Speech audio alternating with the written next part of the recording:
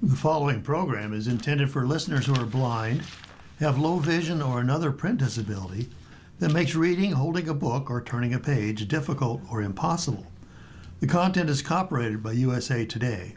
For more information, please visit us on the web at nfradioreading.org. The Niagara Frontier Radio Reading Service now presents a reading of articles and features for USA Today for Tuesday, February 10th, 2026. Your readers today are Jody and Alan Blackburn. Anti-ICE protest makes it to Super Bowl 60. They came, they marched, they chanted, all under a close watch. But it wasn't ICE agents who patrolled the streets on Super Bowl Sunday, as many had anticipated. Hundreds of people on February 8th took over a main thoroughfare less than 2 miles away from Levi's Stadium, the site of Super Bowl 60. Just before kickoff, and railing against President Donald Trump's mass deportation campaign using Immigration and Customs Enforcement and Border Patrol. Their voices got louder, echoing off nearby buildings while they chanted, "No ICE, no KKK, no racist USA. Dare to struggle, dare to win. And it's our right to resist, it's our right to rebel." The protests capped a week-long slew of rallies, marches, and demonstrations in the area, all culminating in the biggest turnout on game day. "We deserve to be seen and heard," said Lila Salinas, a 22-year-old organizer with CSO San Jose, one of the protest's nearly 24 sponsors. "We need to show our presence on one of the world's biggest stages." Even though law enforcement officials confirmed last week that there would be no ICE enforcement at any Super Bowl 60 event, authorities on foot, on bikes, and on horseback watched intently as they followed the protesters down Great America Parkway. No arrests were made during the almost 2-hour event, Santa Clara police said. Also watching was California Democratic Representative Ro Khanna, who spoke and walked away with several protesters and told USA Today that ICE was not in the area. "Our staff has received multiple updates throughout the day. We need to make sure that they don't come during the World Cup as well," Khanna said, noting several international soccer matches will take place in the Silicon Valley district in June. Salinas used the opportunity to tell Khanna that he and his organization have tried many times to reach out to lawmaker, seeking his involvement, and to ask him not to support funding for the Department of Homeland Security. Khanna told Salinas he remains a firm no on voting for additional Homeland Security funding, after his DHS funding was extended until February 13th, creating a deadline for Congress to negotiate further. Khanna told Salinas they would keep in touch. "I told him he needed to be more supportive of what we're doing, that we're showing our communities. We're here to defend them. He said he would help us, but actions speak louder than words." The turnout was a surprise. Holding a sign that said, "No secret, no police," Doug Wolf, 60 years old of Boulder Creek, Colorado, said he was pleasantly surprised by the protests' turnout. "We shouldn't have to be here, but you got to be out here," Wolf said. "The Constitution and the Fourth Amendment are being shredded right in front of us. We have to take a stand. If we don't stand up and fight, we may not have a Democratic Party anymore. That's unacceptable, especially if we want to call ourselves a democratic nation. This is not a country that I grew up in." And now we have locals block ICE detention facilities. Public in some states oppose these new centers. A Trump administration plan to rapidly expand immigration detention sites, now it has hit a snag. Many residents don't like the idea of local warehouses being converted into deportation detention centers. Immigration and Customs Enforcement has purchased, toured, or tried to buy at least a dozen commercial buildings since December. But in some cases, public outrage has led these deals to collapse as local politicians from both parties have sided with the concerned residents. ICE did not respond to specific questions about the buildings, but it has defended the administration's effort to ramp up its detention capacity. Now, meanwhile, residents have staged large protests as some state and local officials drafted ordinances and legislation seeking to block the detention centers. Advocates and elected officials have raised concern that these buildings were intended to house commercial cargo, not people, and cited reports of poor conditions. A business approach. In President Donald Trump's second term of office, the number of ICE detention facilities, as well as people being held, has exploded. There were 107 detention centers holding undocumented immigrants in January 25. By the end of the year, that number had doubled to 212, according to ICE data. These sites include the privately run, dedicated immigration detention centers, temporary tent facilities, county jails, and state prisons. DHS denies abuse accusations. Some of these proposed warehouses are planned to hold more than 8,000 undocumented immigrants at one time. The largest ICE detention center now in operation is Camp East, Montana. It has a capacity of 5,000 beds and has been plagued by reports of poor conditions. The Department of Homeland Security denied allegations of abuse in its report and maintained that all detainees pardon me, are given proper due process. Can these centers be blocked? Facing opposition to a detention site, local officials say they have very limited power to stop the federal government from acquiring their land and buildings, especially from private owners. The city is really unable to take action to limit or regulate any activity by the federal government, they said. States are also joining in the fray. Now, other communities, meanwhile, are trying to implement ordinances and other regulations to stop ICE detention centers from opening in their communities, though it does remain unclear whether these efforts will be successful.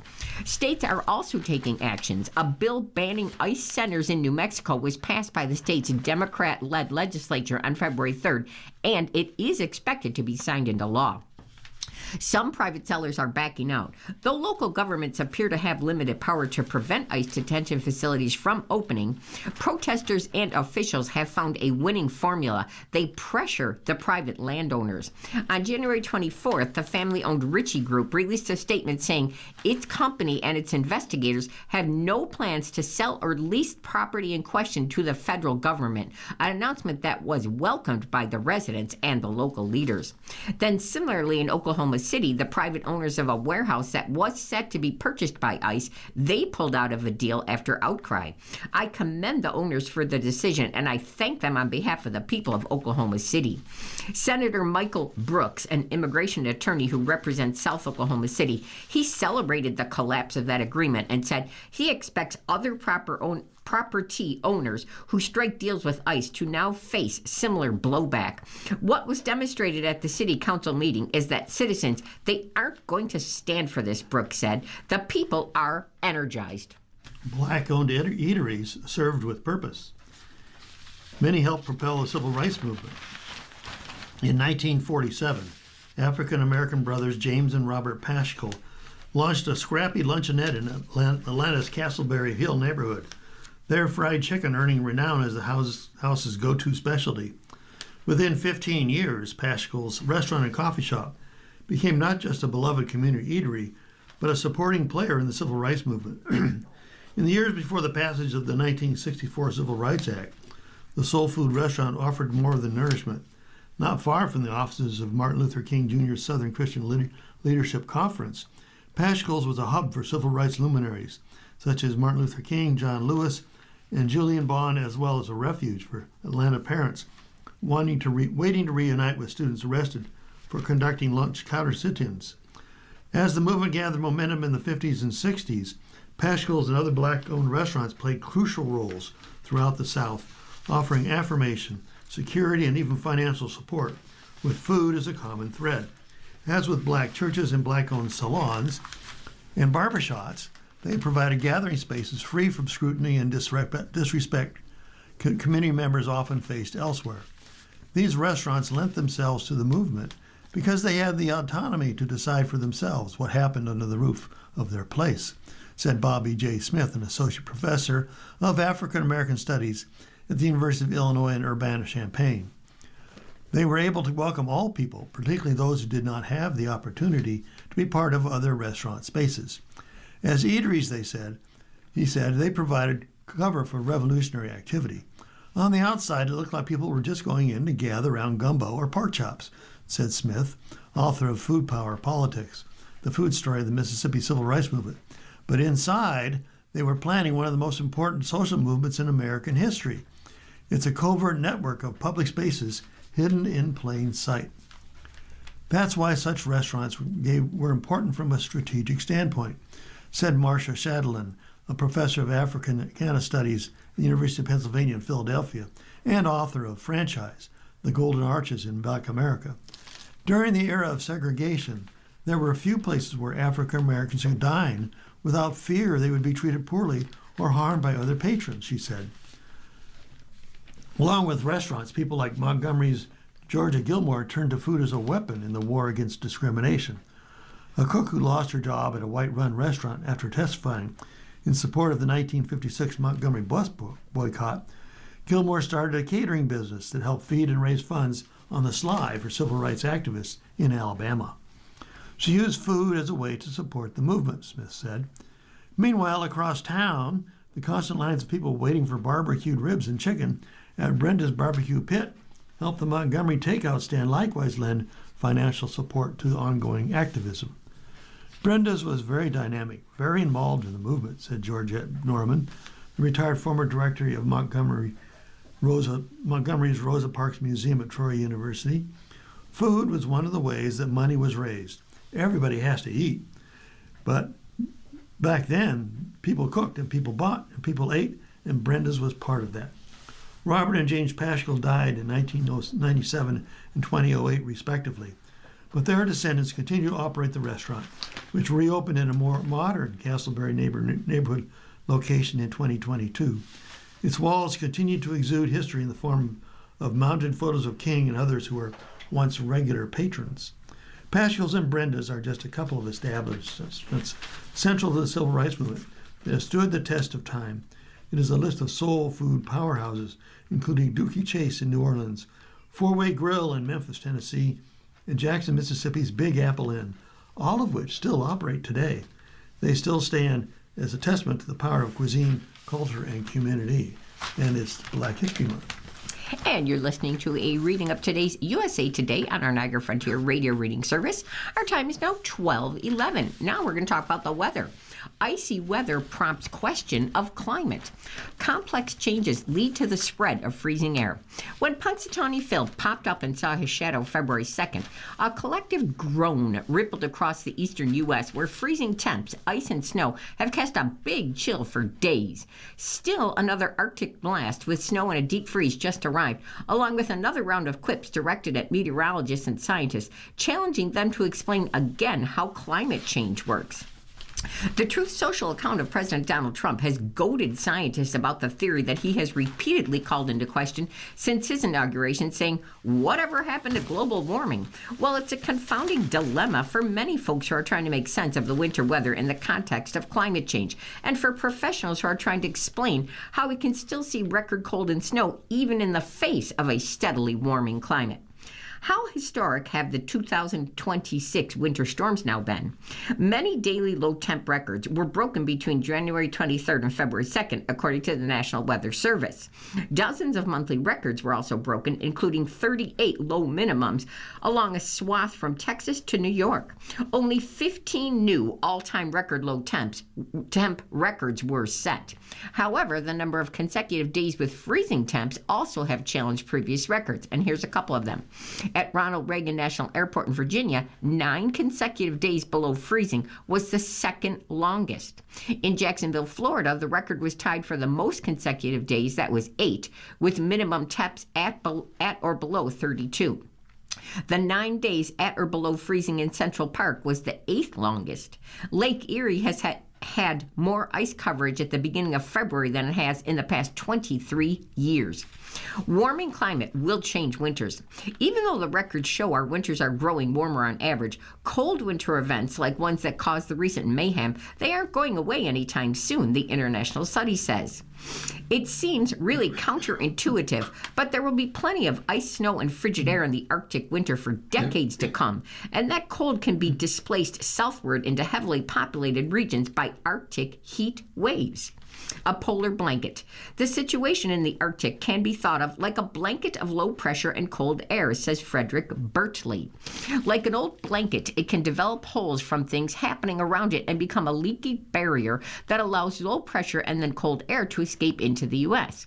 Scientists are actively researching how the weather systems and climate patterns play a role in these freezing outbreaks. The jet stream, now that's a band of winds that circle the globe, is created by temperature differences between the higher latitudes and the Arctic.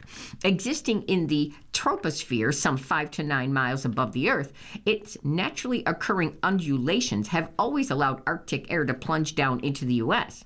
Since the winter of 2013 to 14, the dips of the jet stream over North America have become increasingly commonly called the polar vortex.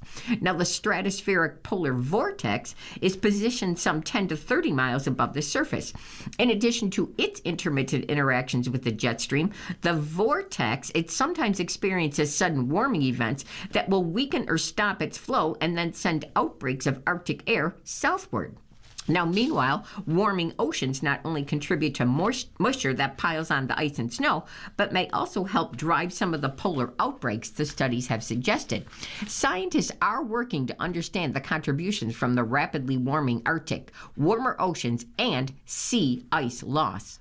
Also, not yet fully understood are the interactions with naturally occurring planetary waves and atmospheric cycles, such as the Arctic Oscillation and the El Nino Southern Oscillation.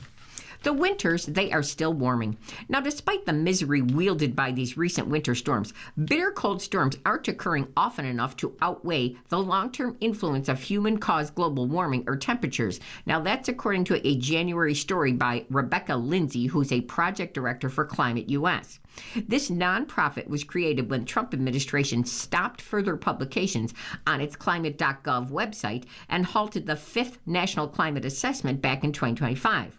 Hosfather has agreed, saying the bouts of cold air aren't preventing winter from warming overall.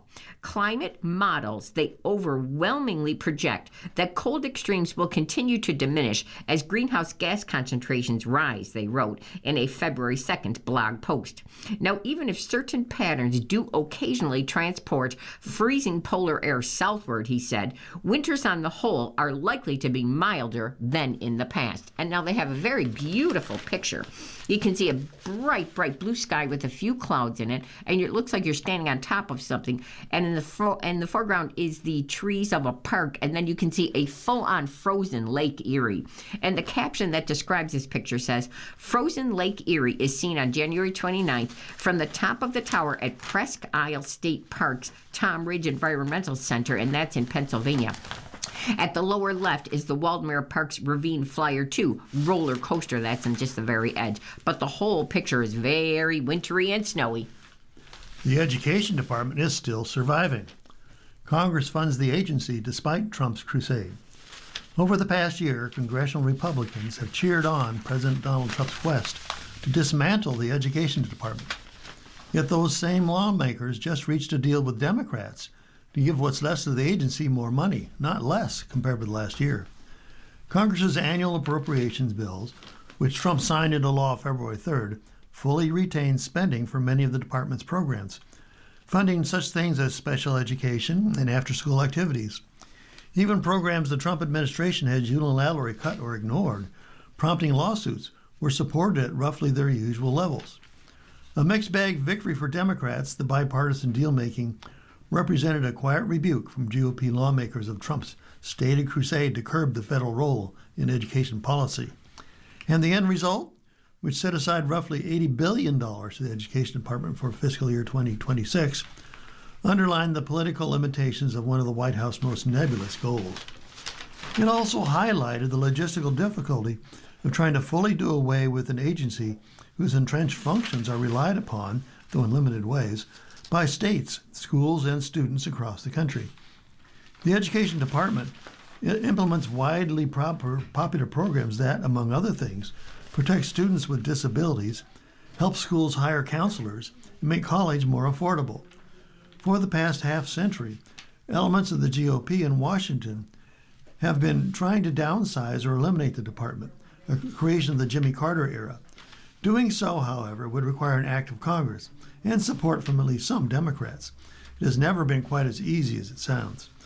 My key takeaway is that Congress rejected virtually everything that the president requested, said Sarah Abernathy, the executive director of the Nonprofit Committee for Education Funding.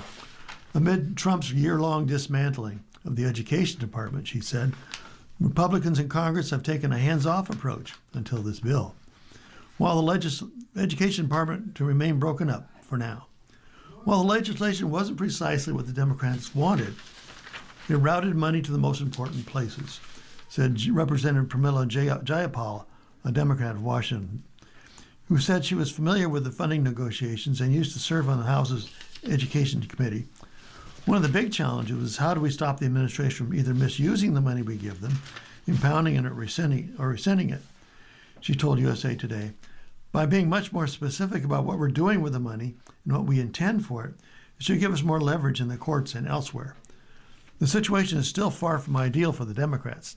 They tried and failed to prevent Education Secretary Linda McMahon from implementing any more layoffs in the future, even though her agency already has been cut down to a fraction of what it was just a year ago. One of the final sticking points in Capitol Hill negotiations was over a provision that would have prevented Trump from continuing to break up the agency and send its workers and their programs to other corners of the federal government. In November, McMahon announced 6 interagency agreements to detail many of her employees over to the Departments of Labor, State, Interior, and Health and Human Services. That restructuring has already begun. The programs impacted include Title I funding for low-income schools, historically black colleges and universities, charter school grants, and other key functions. Democrats wanted to reverse those agreements by including a measure to reverse them, but they were unsuccessful. We will continue to deliver success through these partnerships, further solidifying the proof of concept that interagency agreements provide the same protections, higher quality outcomes, and even more benefits for students, grantees, and other education stakeholders, said Education Department Press Secretary Savannah Newhouse. Trump administration debriefed Congress regularly on the Education Department. While Democrats did get one of their main asks, they forced a compromise, compelling the Trump administration officials to brief them bi-weekly on the Education Department's ongoing efforts to move its offices to other agencies. Plus, they included language clarifying the limits around Trump's reorganization, mainly that McMahon couldn't redirect money and resources that must legally stay at the Education Department. Democrats and advocates saw regular briefings on the Hill as a chance for more accountability. Rachel Gittleman, the president of the Union for Education Department Workers, said lawmakers delivered a clear rejection of the Trump administration endeavors to transfer employees to other agencies. We hope Congress holds their feet to the fire, she said. Republicans, meanwhile, said they felt the compromise vindicated Trump's Education Department reshuffling, justifying their vote to send more money to it. A lot of those offices are getting the money that are perfectly well designed to be in other agencies, Senator Mike Rounds told USA Today. The South Dakota Republican introduced a bill last year in Congress to eliminate the Education Department entirely. Without support from Democrats and wariness from some key Republicans, the education legislation was dead on arrival. That failed push, coupled with the success of the Education Department funding bill, is indicative of a key problem for Republicans in Trump 2.0 era, said Senator Elizabeth Warren, Democrat of Massachusetts, who sits on the Senate's Education Committee. They don't want to flout the leader of their party, she told USA Today, but they also don't want to kill off a popular Education Department program relied on by their constituents. The place where the Republicans have landed is certainly not an embrace of dumping the Department of Education, but it's not a full-throated pushback against those who want to end it, Warren said. That's the uneasy moment where we find ourselves. Multi-faith groups sue Trump's Religious Liberty Panel. The lawsuit says the commission lacks religious diversity. A group of multi-faith organizations sued President Donald Trump's administration February 9th over what they contend is an illegal lack of religious and ideological diversity on the Department of Justice's Religious Liberty Commission. The Interfaith Alliance, with its president and CEO, Reverend Paul Rauschenbusch, along with the Muslims for Progressive Values, the Sikha American Legal Defense and Education Fund, and Hindus for Human Rights, they are named as the plaintiffs. The organizations are asking the court, among other requests, to find the commission violates the Federal Advisory Committee Act. Now, that's a law that requires such groups to be fairly balanced in terms of the point of views that is represented. The Religious Liberty Commission includes Protestant, Catholic, and Jewish people, but no Muslims or members of other minority religious groups. The lawsuit was filed on the same day the commission met for a hearing on anti-Semitism and religious freedom in the private sector. So USA Today reached out to the White House and the DOJ for comment. The commission doesn't reflect full diversity of American religious life, the complaint says. The lawsuit said the commission excludes perspectives that emphasize the full diversity of American religious life, and therefore it isn't equipped to adequately address topics related to religious liberty, like attacks on minority houses of worship. It also lacks the viewpoint of religious minorities like Sikhs, Muslims, and Hindus, who face some of the most pernicious discrimination, the lawsuit said. Now, the commission is tasked with advising administration in creating a report. The commission, it's a group of up to 14 people appointed by Trump who are tasked with advising the federal government on religious liberty issues and then publishing a report on the history and state of religious liberty in the nation. Trump's executive order establishing the group said the members' terms and commission itself will end on July 4th. Now, that's the 250th anniversary of American independence, unless Trump extends it. The plaintiffs are looking for accountability. The lawsuit, it isn't the first time the commission has been accused of not living up to its stated values. A group of people, including the Interfaith Alliance's Guthrie Graves Fitzsimmons, walked out during Bondi's remarks at the commission's first hearing in June. Guthrie described Bondi's remarks, which included her beliefs that the federal government under the past administrations became complicit in sheltering threats to religious liberty, are very extreme, and said the committee had very little diversity of thought.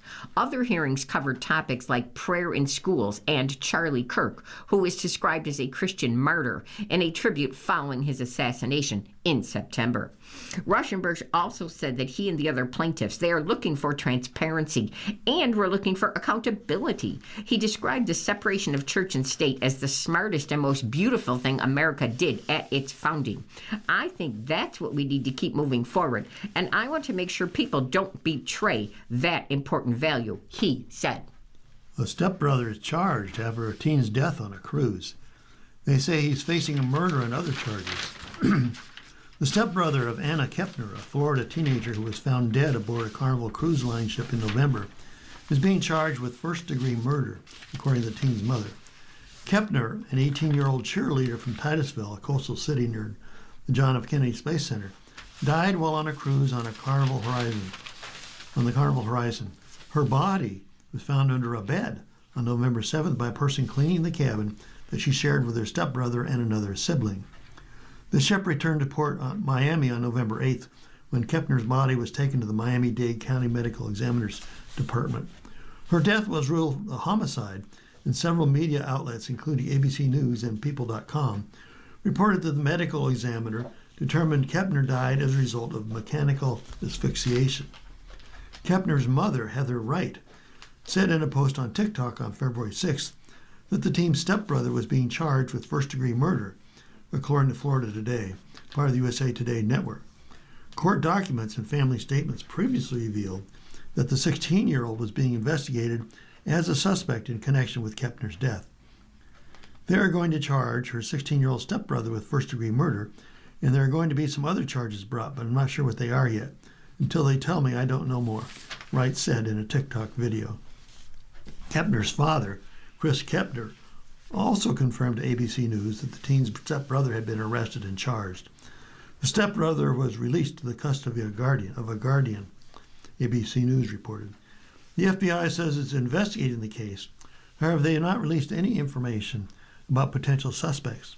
The FBI did not return Florida Today's call seeking comment.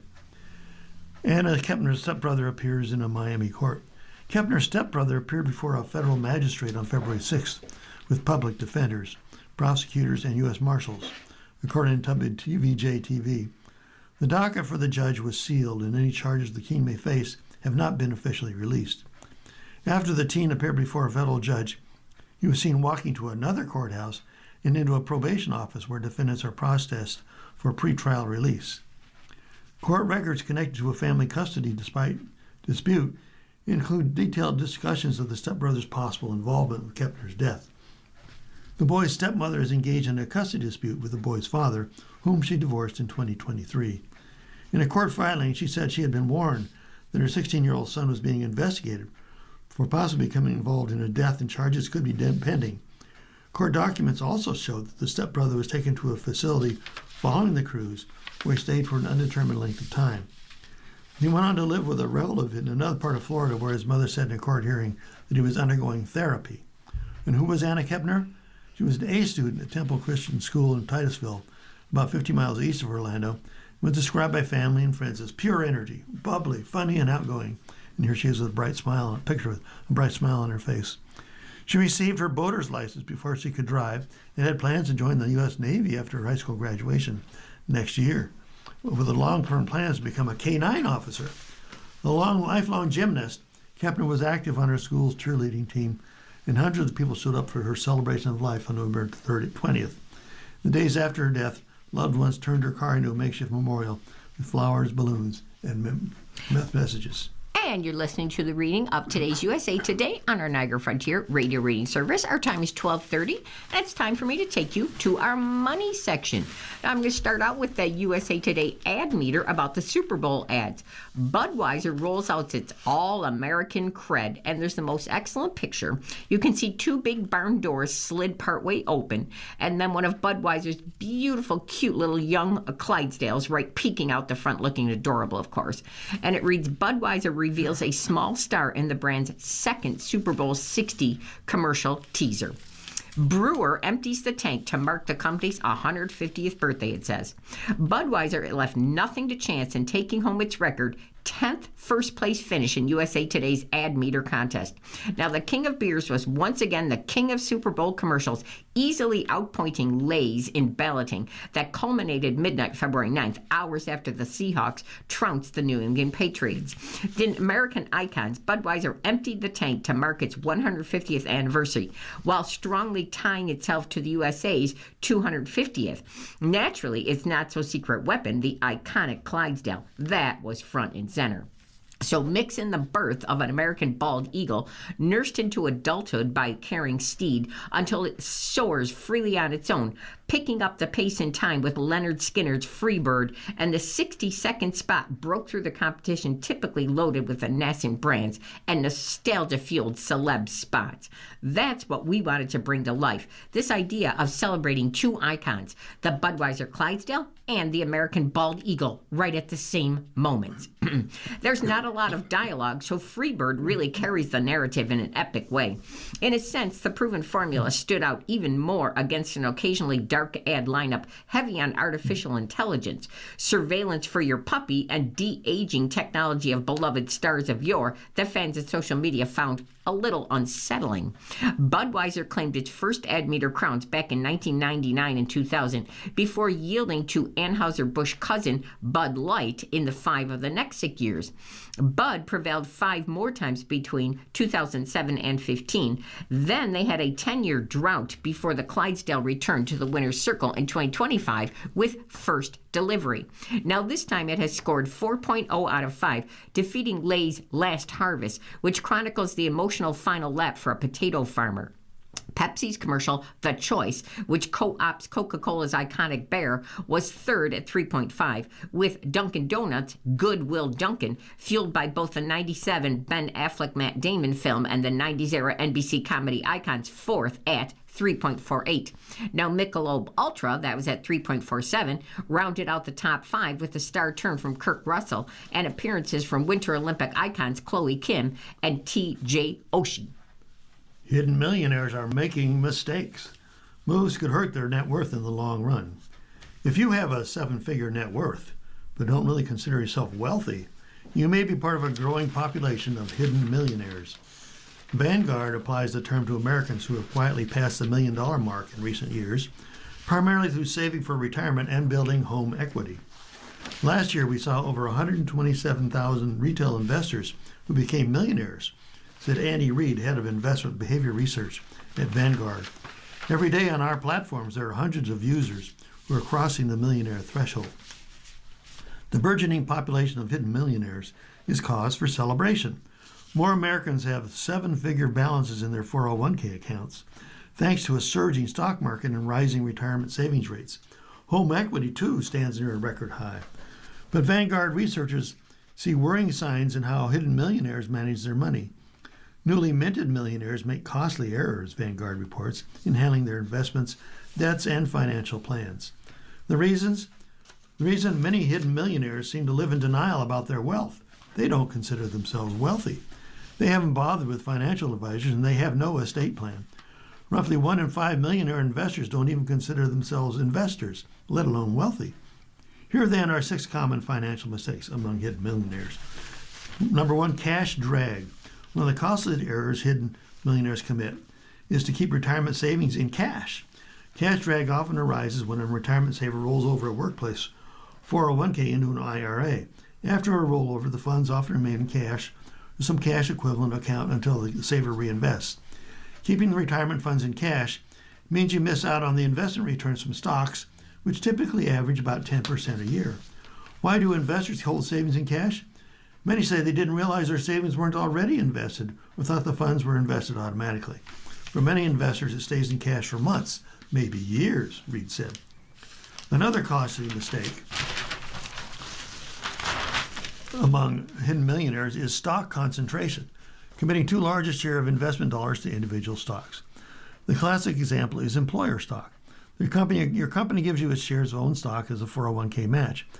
20 years later, a whopping share of your retirement savings sits in a single stock. It feels safe because it's familiar and you trust your company, but actually it's quite risky. Retirement savers can also become overinvested in a favorite stock that has paid handsome returns over the years. I'm saying we need to sell all this stock. Said someone who inherited $4 million in Microsoft stock from a parent. My dad bought it in the 70s. There's such an emotional attachment to this stock.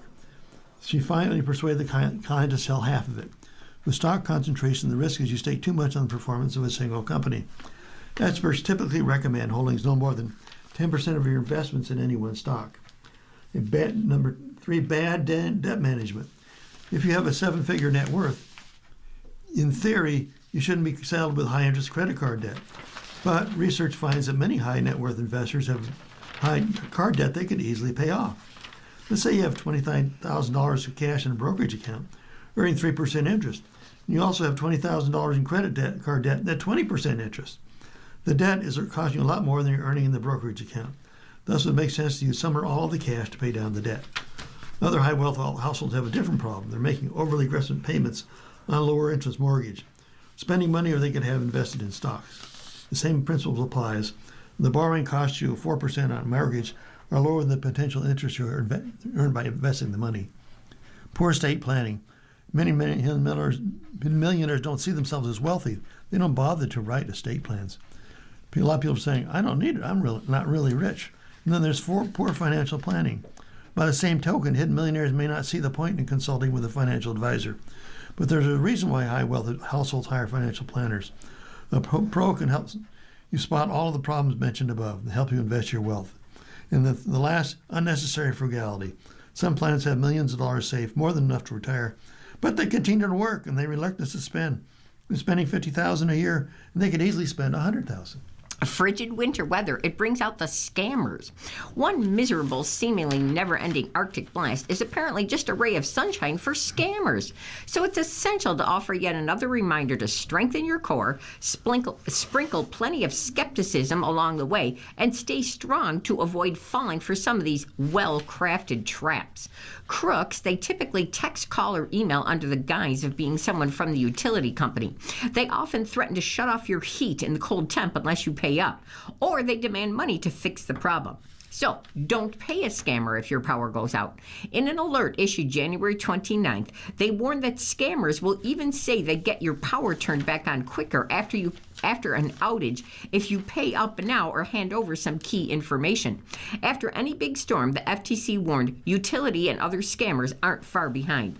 One of the most important steps you can take when dealing with utility imposter scams, IRS imposter scams, romance scams, cryptocurrency scams, is just step back and talk to someone before you hand over any money or financial information.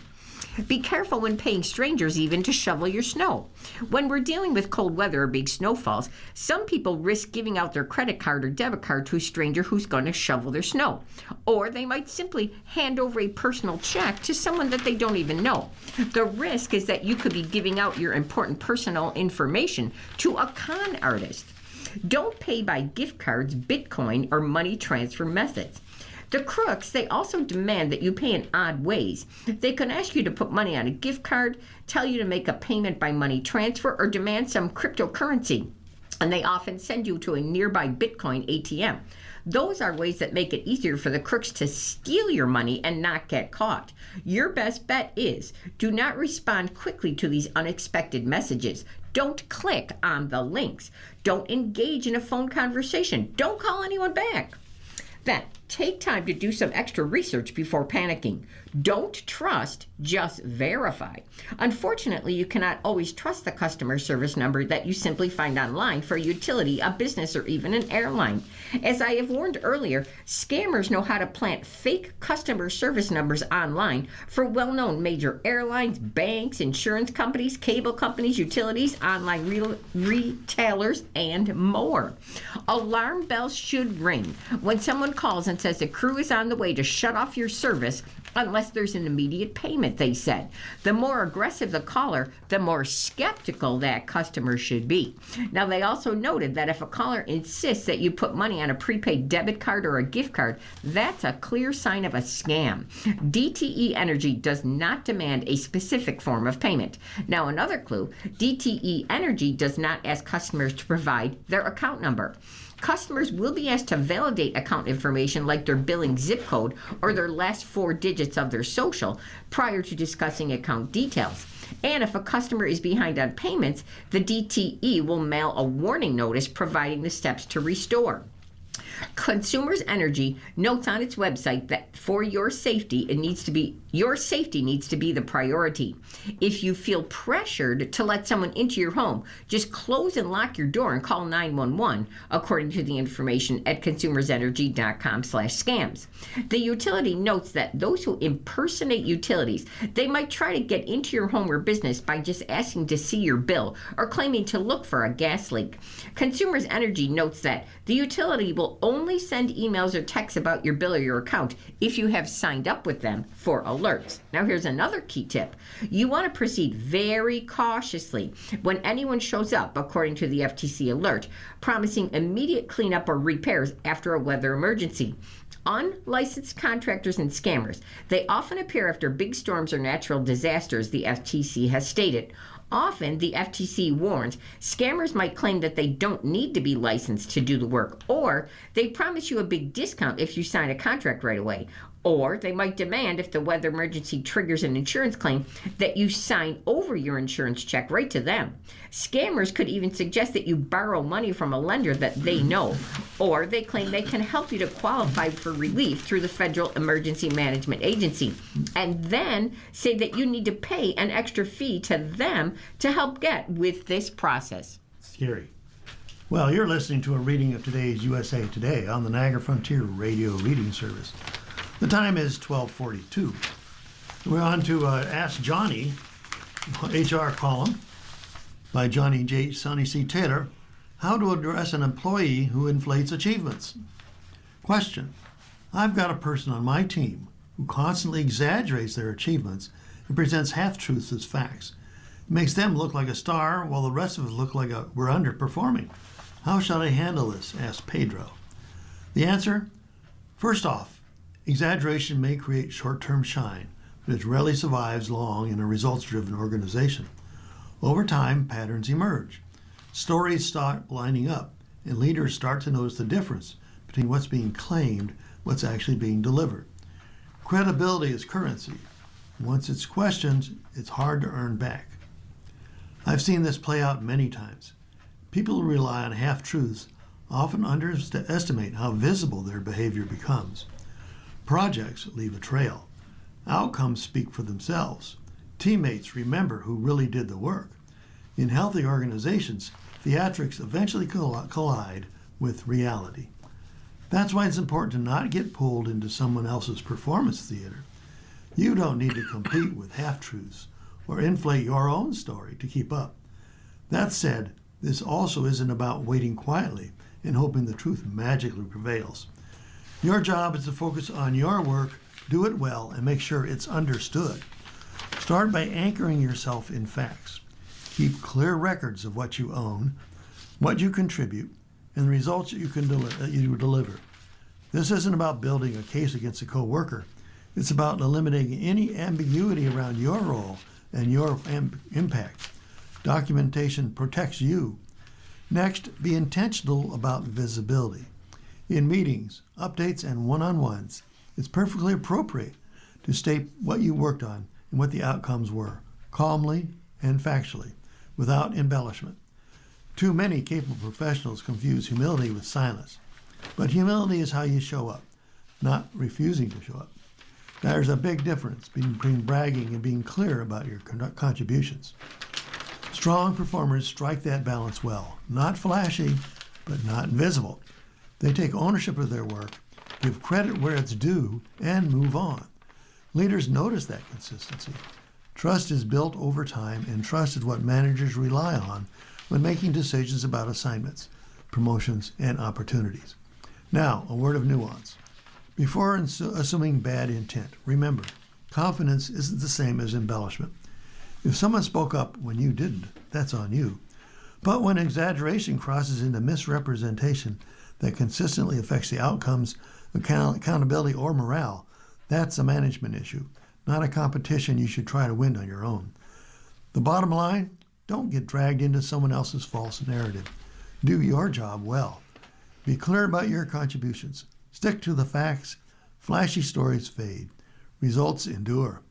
Because in the long run, organizations tend to reward the people who actually did the work. Nearly 200,000 steamers that were sold on Amazon are recalled. Nearly 200,000 travel steamers have been recalled due to concerns that they could cause serious burn injuries. About 119,000 Pure Steam Mighty Little steamers and 75,400 Pure Steam Elite travel steamers were being recalled on February 5th, according to a notice posted on the U.S. Consumer Product Safety Commission's website. In the recall notice, the government agency said the steamers can expel hot water from the steam nozzle during use, posing a serious burn hazard to a consumer. Now, between December of 2020 and 24, the company received 80 reports of hot water being expelled from Pure Steam Elite travel steamer model PS510, including 14 reports of burn injuries. Now, in that same time frame, there were 392 reports of hot water being expelled from the Pure Steam Mighty Little steamer model PS550, including 40 reports of burn injuries. So, here's what to know about these recalled travel steamers.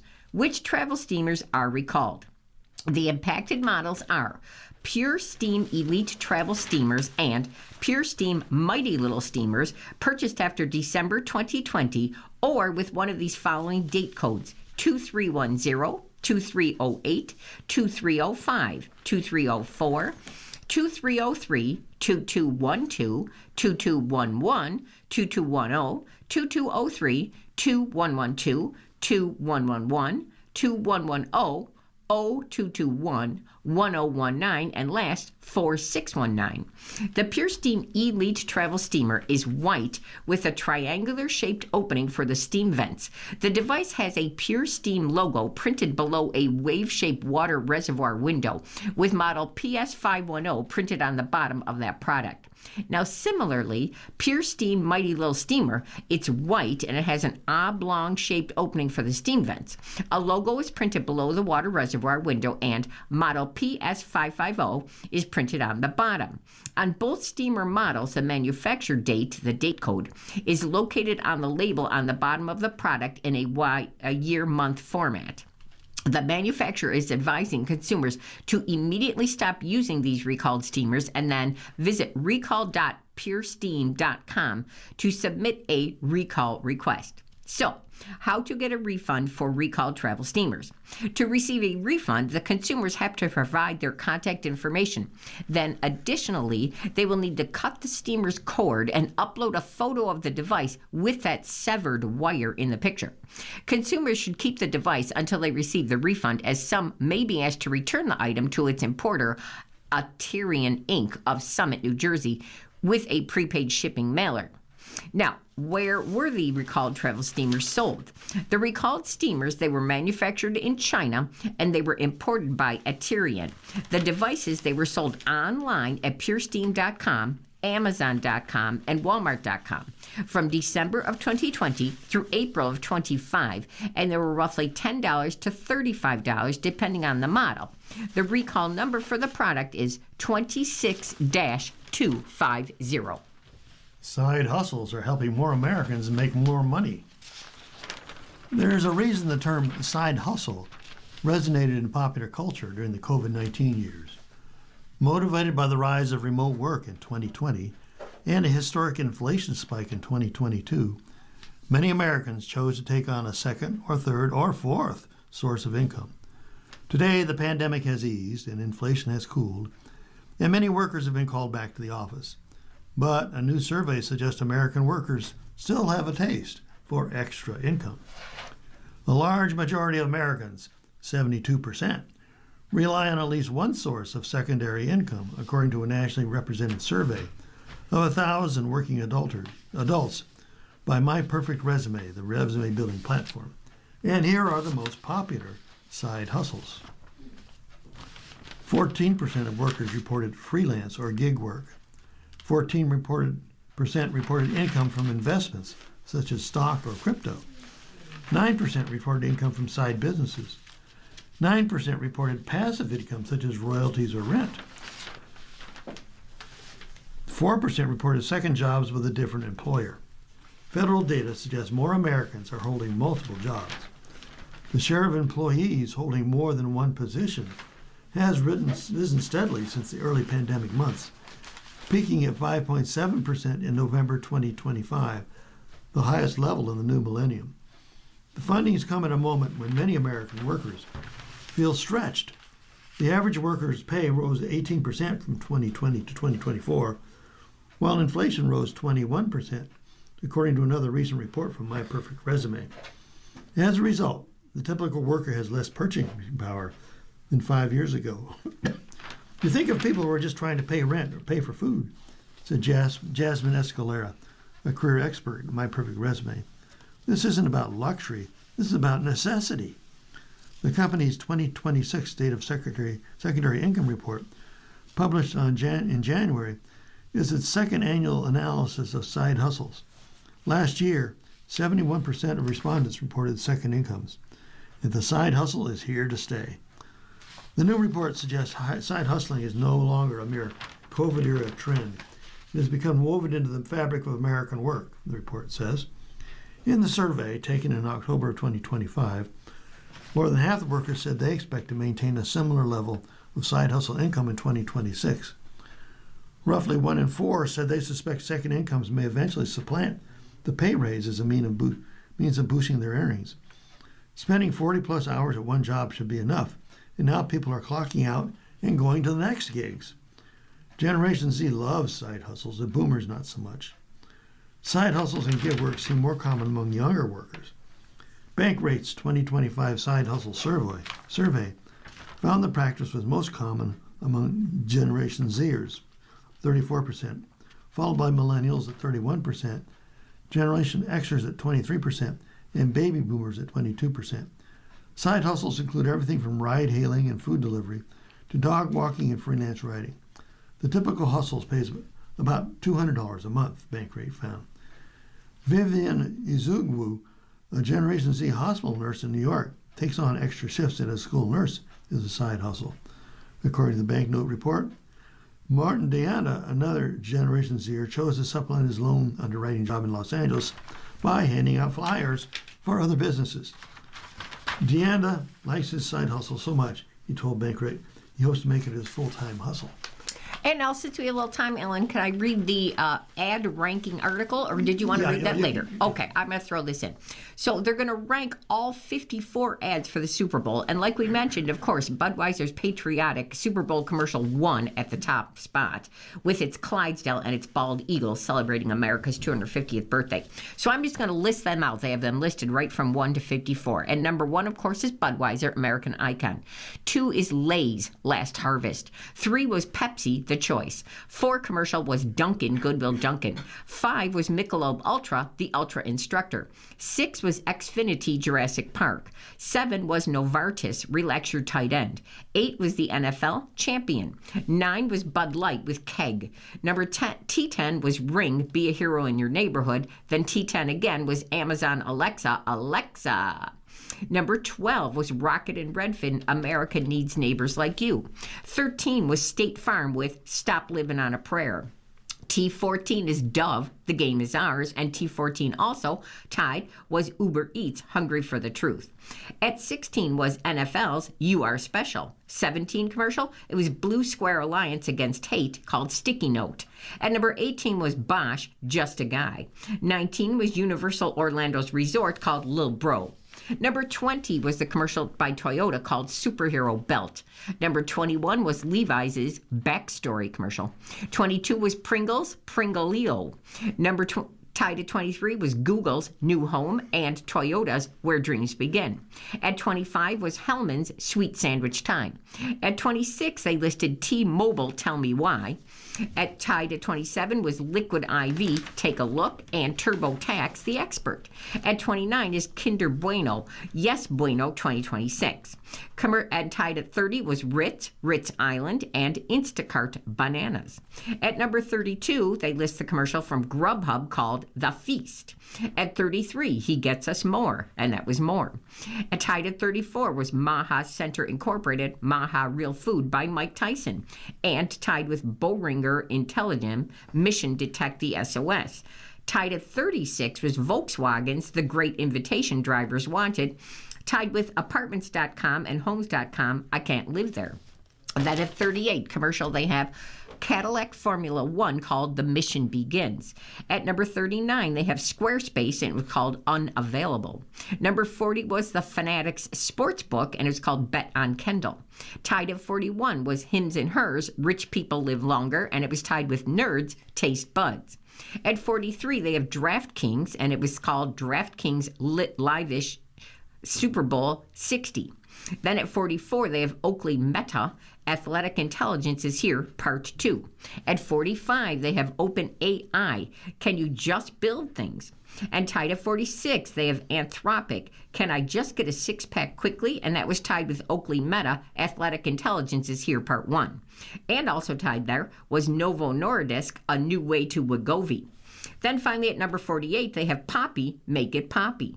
Commercial at number 50 was Wix, W-I-X, Wix Harmony, The New Way to Create. At number 51, the commercial was Salesforce, Mr. Beast Vault.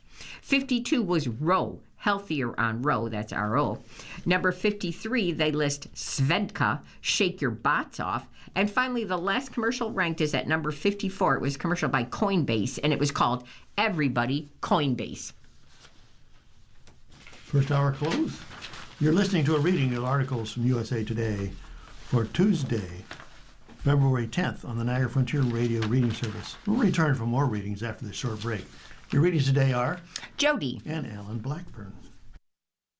If you're listening to this publication online, you're probably using our website, a podcast player like Spotify or iTunes, a streaming service like Siro, or a smart speaker. Did you know that we now have a dedicated app that can be downloaded to any mobile device, like a smartphone or tablet, for free? App users can conveniently access our live stream and any episode of our podcast easier than ever. To download the app, just type NFRRS in the search window in the Apple App Store or in the Google Play Store. Contact us anytime if you have any questions by calling 716-821-5555, extension 5. Thank you.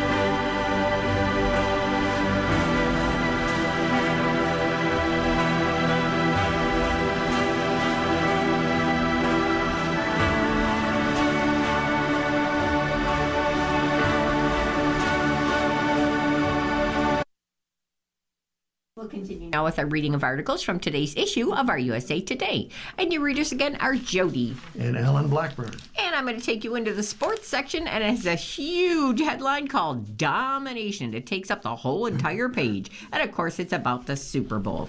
The Seahawks' dark side cements place among best defenses ever. Go ahead, say it again. Defense wins championships. The Seattle Seahawks lived up to that mantra in Super Bowl 60. With a smashing performance that left little doubt about their status as a special unit. Sure, the New England Patriots, they rallied in the fourth quarter to finally get on the scoreboard, and Seahawks running back Kenneth Walker III nabbed MVP honors in tallying 160 yards from scrimmage, including 135 on the ground. But the way it went down at Levi Stadium in the 29-13 verdict was undeniably all about Seattle's defense, aka the dark side. How fitting that Mike Macdonald got his big shot to become Seahawks coach in 2024 because of his prowess as a defensive whiz. Look at him now. His Seahawks defense, which allowed the fewest points in NFL during the regular season, finished the job with one big play after the other. Yes, the Seahawks provided so many answers to some essential questions. So here's our first one. How many times would they sack poor Drake May? Well, that would be 6, reflecting all the heat they constantly put on the Patriots quarterback. And that was just one measure of domination. May was intercepted twice, including a fourth quarter pop-up that Unosu returned 45 yards for then a touchdown and a lost fumble. There was one twist, though, to the Patriots that never seemed to handle. Devin Witherspoon, the star cornerback, caused a whole lot of problems as he blitzed at least 10 times, in addition to a sack and 3 quarterback hits. Witherspoon crashed into May to force Nwosu's pick 6. So, who was the MVP? Well, that's a crapshoot, in the sense that there were so many candidates. Hall had 2 sacks and a forced fumble. Witherspoon had a sack and a forced interception. Byron Murphy had 2 sacks and a recovery. Walker won the award as he averaged 5 yards per carry. Now, given the defensive dominance, it almost seemed like the award was destined to go to someone from the defensive unit. You could have given it to Spoon or Julian Love. Guys on the defensive line, D. Hall, Byron, Murphy too, Leonard Williams. But you know what? All those guys are happy for K9. Leslie Frazier, the Seahawks assistant head coach and defensive specialist, told USA Today Sports. Nobody has any animosity. They wanted Kenny Walker to get that award. And any chance they'd collapse down the stretch and allow the New England Patriots to rally and make a game of it? No chance. In fact, for much of the game, the Seahawks flirted with the possibility of becoming the first defense to pitch a shutout in the Super Bowl. Now then again, so many Seahawks achieved their own history. Hall talked about winning a championship for the first time at any level, and he's played football since he was 4. Then there's DeMarcus Lawrence, the oldest Seahawks player. He came over as a free agent during the offseason after 11 seasons with the Cowboys. Then he came to win a championship, and he declared at several junctures, now it's done. I told you when the record was 0-0, Lawrence told USA Today Sports as he swigged on a bottle of champagne. And now that we're here, I ain't got to say it again. Now, with that championship matter settled, Lawrence and his defensive mates can take a spot alongside some of the greatest championship defenses ever. There's the Steel Curtain and the Doomsday. No one can forget the 1985 Chicago Bears. Ray Lewis and Lawrence Taylor led remarkable defenses for the Ravens and the Giants, respectively. The Buccaneers, they had a magnificent defense led by Warren Sapp. And then, of course, the Seahawks won their last Super Bowl a dozen years ago with the Legion of Boom. And lastly, they say, does the dark side rank with these great defenses? Well, I don't know about that, Witherspoon said. I know for this defense, all that matters is that we are the best one this year, with a case closed by a championship. And in the story from the Winter Olympics, Schifrin and Johnson hope to duplicate the team combined win. Breezy Johnson and Michaela Schifrin are teaming up again. The newest Olympic champion and 2-time Olympic gold medalist are paired for the team combined, which they won at last year's World Championships. The event includes 1 run of downhill, which Johnson will do, and 1 run of slalom, which Schifrin will do. The new Olympic downhill champion will start 14th on the downhill portion of the 28-team event Tuesday, February 10th, that's today. The start order for the slalom run is reverse order of the downhill results. It's so much pressure, as well as this being a really cool event, Johnson told USA Today. You don't want to let down the greatest of all time, obviously. To give her a good downhill run feels like passing Kobe Bryant a great layup. You want to do that. You want to be able to pass the ball right. You don't want to miss that shot. The other U.S. teams for the race are Jackie Wiles, the downhill, and Paula Molson, the slalom, and Bella Wright and Nina O'Brien, and Keely Cashman and A.J. Hurt. U.S. skiing created the teams based on results, which could have meant a highly anticipated pairing of Lindsey Vonn and Schifrin, two of the most successful alpine skiers. Schifrin, the all-time leader with the 108 World Cup wins, leads the overall world in slalom season standings, and Vonn, whose 84 Cup wins, trails only Schifrin and Ingemar Stenmark, leads the downhill standings. But Vonn broke her left leg in a crash during Sunday's downhill, and Johnson won gold in the race, elevating her to top spot among U.S. downhillers. It gives Johnson a chance to duplicate what she did in last year's Worlds.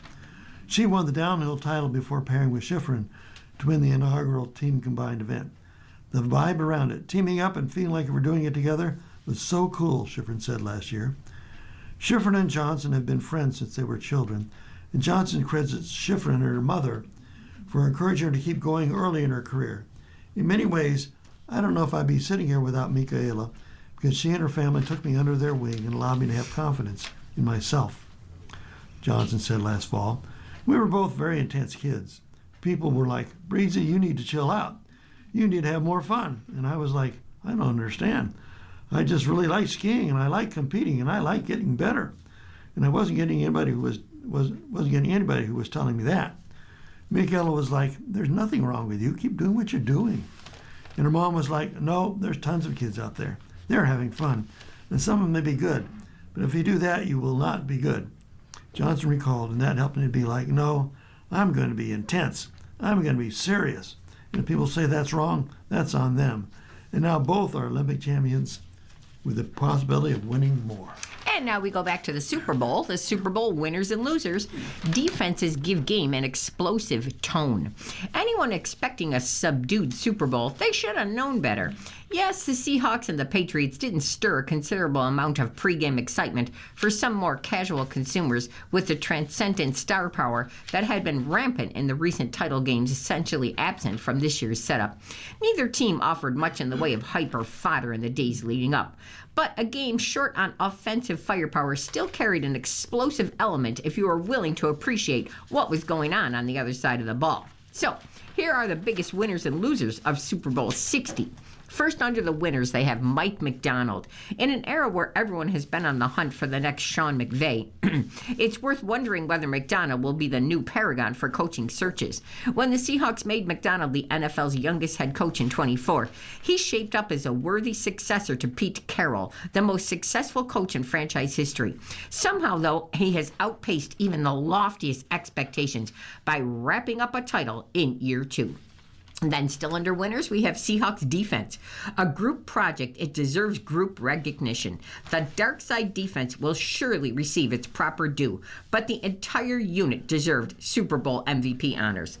Winner still, Devin Witherspoon. It's difficult to single out any individual Seahawks defender as the driving force behind this outing, but Witherspoon warrants special consideration. Already 3 for 3 is Pro Bowl selection for his superlative coverage work. This 2023 number 5 overall pick was deployed in a unique fashion several times Sunday, notching 4 pressures, including a sack on 6 pass rushes. Still on winners, John Schneider. For some time, Schneider and Carroll served as a model of general manager-coach alignment. In orchestrating a rapid reset after moving on from the most successful era in franchise history, however, Schneider has established himself as one of the greatest football architects of his generation. Then we have Kenneth Walker. Running backs are back. Walker became the first player at this position to win Super Bowl MVP since Terrell Davis 28 years ago. Still under winners, Sam Darnold. The manner in which Darnold reached a peak achievement in football might not be seen by some as an outright triumph, with the Seahawks quarterback hardly playing the role of catalyst for his team. But the signal caller's night should be seen as an act of sublimation as he redirected his long-standing aggressive tendencies into a far more palatable approach. Still on winners, we have Christian Gonzalez. Let's take some time to appreciate some showings that might eventually be lost to time, if not appropriately spotlighted. The entire Patriots secondary was in top form early on, squeezing down on routes while also continuing to deny anything deep. Gonzalez, however, was on another level, largely erasing the newly minted Offensive Player of the Year in Smith Njigba, one who had just one of his 4 catches against the cornerback while tallying 3 passes defensed. Still on winners, we have Cooper Kupp. Signing Kupp drew some derision in Seattle, with many questioning both the cost and the schematic fit alongside Smith Njigba, who had previously operated out of the slot. While Smith Njigba still did disproportionate work in the passing game throughout the regular season, Kupp, he proved vital in the playoff run. And still last on winners, they have Michael Dixon and Jason Myers. Many wondered whether Rashid Shaheed or Marcus Jones might be Sunday's breakthrough special teams X factor with the big return. But instead, it was the Seahawks' punter and kicker who made the biggest mark. Now let's go on to losers. We have Drake May. From the earliest snaps, it was readily apparent that May's day would be colored by discomfort. But while the second-year signal caller at first appeared to be a victim of the Patriots' protection problems, he later reinforced that he's very much a central contributor to these issues. And under losers, Will Campbell and Jared Wilson. Football can be an exceedingly complex game. So in some instances, however, it can be blatantly simple. It should have been clear heading into the Super Bowl that McDonald and the Seahawks would victimize that rookie starter pairing on the left side of the Patriots' offensive line as the unit went to work there right away. Then on losers, we have Mike Vrabel. Quite the come down from Thursday's announcement that Vrabel had won Coach of the Year award. His credentials are not to be questioned, as few others could have engineered a 10-win turnaround with the wreckage of the Jared Mayo era. But Vrabel was supposed to be the great equalizer for New England in this matchup. Instead, the Patriots got pushed around and looked thoroughly out of sorts. And last on the losers, they have Josh McDaniels. Like Vrabel, McDaniels was a worthy winner of the NFL's Assistant Coach of the Year honor. Yet, it sure feels as though he came up empty in providing solutions for May and the rest of the offense at a time when they were sorely needed. Now, not taking better advantage of his quarterback's running ability felt like a miscalculation, given how the Seahawks controlled terms throughout the game. And while New England has involved backs in its passing game at record-setting clips under McDaniels in the past, Ramondre Stevenson and Trevelyan Henderson only were involved modestly after being stuffed on the ground. You're listening to a reading of today's USA Today on the Niagara Frontier Radio Reading Service. The time is 1:12, and it's back to the Olympics. U.S. jumpers say they're not injecting. The 3 ski jumpers on the United States men Olympic team had something on their minds other than the 2026 Games competition that started Monday, February 9th at 11:30. They were also thinking about the so-called penis gate, rumors that ski jumpers have got penis-enlarging injections of hyaluronic acid to increase the distance of their jumps. U.S. Ski said it was all wild rumor, and the World Anti-Doping Agency said it would investigate to see if there is any evidence. All 3 U.S. ski jumpers were adamant they're not doing it, but they didn't rule out competitors getting the injections. It's difficult to say if something that has been done or if people are doing it, said Jason Colby, a 19-year-old based in Steamboat Springs, Colorado, who will be competing in his first Olympics. And I guess that, scientifically speaking, it could work. But who knows what other teams are doing behind closed doors? Kevin Bickner, who competed at the Winter Olympics in 2018 and 2022, told USA Today Sports he thinks the use of injections certainly is possible. But I don't think that's a problem in the sport, said Bickner, a 29-year-old native of the Chicago area. I've never heard of anyone doing this. Definitely no one on Team USA is doing this. We're close with several countries on the circuit. As far as I know, none of them are doing it. And if it was to be done, it would be a 1 or 2 people type of thing. I guess theoretically there's a way for it to happen. Tate France, a 20-year-old born in Lake Placid, New York, and the 3rd member of the team, told USA Today Sports, "Can't speak for any other teams, but who knows what other teams are doing behind closed doors." And what is it about the crotch? The head coach and assistant coach of the Norway men's teams were suspended for 18 months for their role in manipulating suits at the 2025 Nordic Ski World Championships. In all cases, the attempt to enlarge the suit had taken place in the crotch area, the same area that would be targeted by penis enlarging injections. It's definitely a spot on a suit that can make the biggest differences, Bittner said. There's a lot of emphasis on trying to make that part of your equipment as efficient as possible.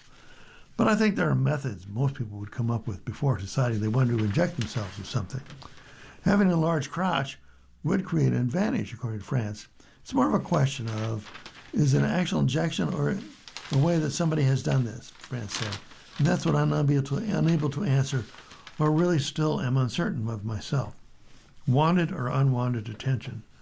None of the jumpers expressed resentment about the rumored injections, generating a lot more attention than the competition. It's been a funny thing to watch go down, Bittner said. It might not be the greatest thing to get attention for, but I've noticed a lot more people in America paying attention to ski jumping, which is cool. So we're excited to represent our country. We're excited to have our eyes on us now, and hopefully we can put this weirdness behind us and have people focus more on the sport, because it's a really cool sport and we want to represent it well. And we're still talking Olympics. Britcher's yellow sled makes the luger smile. It's impossible to miss USA luger Summer Britcher on the track. Her yellow sled, it's incredibly distinct. It stands out against the white ice beneath her. It clashes with her red, white, and blue suit. And it caught attention of the writers' room at Saturday Night Live, which aired a sketch January 31st, parodying NBC's Winter Olympic promo, where cast member Jane Wickline played a reluctant luger sliding on a yellow sled and coached by the special guest, Alexandra Skarsgård. My boyfriend sent it to me, Britcher said Friday, February 6th, when asked about the sketch. And as I was watching it, just more and more of the details stood out. And I was like, hey, hang on a second. That sled's a very interesting color. The difference between Britcher and Wickline's character, Gertie Burper, who hates the luge because it's way too fast and scares me to death, is that Britcher, she's teeming with excitement at this, and it's her 4th Olympic Games.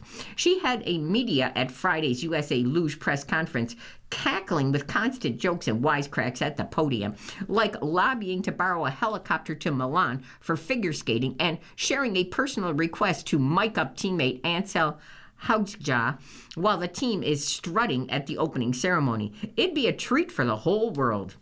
Now, it's all part of her intention to appreciate the process and enjoy every race as she has all season.